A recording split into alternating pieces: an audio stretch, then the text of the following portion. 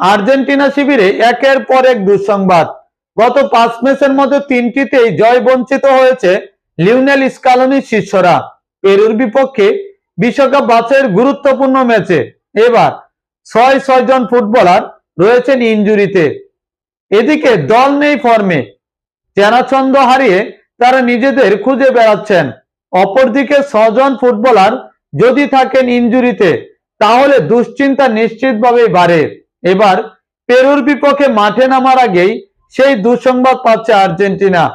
পেরুর বিপক্ষে কেমন একাদশ হতে পারে আর্জেন্টিনার, সেটি নিয়েই বিস্তারিত জানাচ্ছি প্রতিবেদনে। আর্জেন্টিনার সুখের ঘরে যেন আচমকাই দুর্ভাগ্যের শুরু হয়েছে। নিজেদের শেষ 5 ম্যাচে তারা 3 ম্যাচে জয় পেতে ব্যর্থ হয়েছে।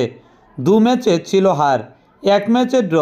শেষ 3 এওয়ে ম্যাচে জয়বঞ্চিত লিওনেল স্কালোনির শিষ্যরা। বিশ্বকাপ বাছাই পর্বে কনমেবল অঞ্চলে সবার উপরে থাকলেও তাই খুব একটা স্বস্তি নেই আর্জেন্টাইন শিবিরে। এর মাঝে নতুন দুশ্চিন্তা হয়ে এসেছে ইনজুরি। বছরের শেষ সূচিতে দলে ডাক পাওয়া খেলোয়াড়দের মাঝে সবার আগে ইনজুরিতে পড়েন জার্মান পেজ্জাল্লা। এরপর থেকেই শুরু।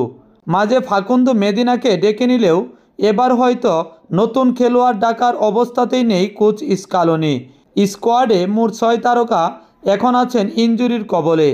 পেরুর বিপক্ষে শেষ অনুশীলনের পর আর্জেন্টিনা স্কোয়াডে মোট 6 তারকার ইনজুরির কথা নিশ্চিত করেছে আর্জেন্টিনার গণমাধ্যম, যাদের মধ্যে 3 জন পুরোপুরি স্কোয়াডের বাইরে।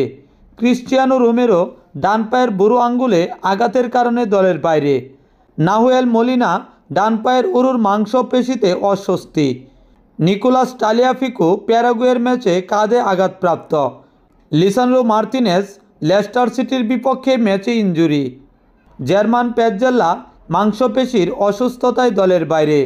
নিকোলাস গঞ্জালেস ডান পায়ের হাড়ে ইনজুরি। নিজেদের শেষ ম্যাচে লিওনেল মেসির দলটি 2-1 গোলে হেরেছিল।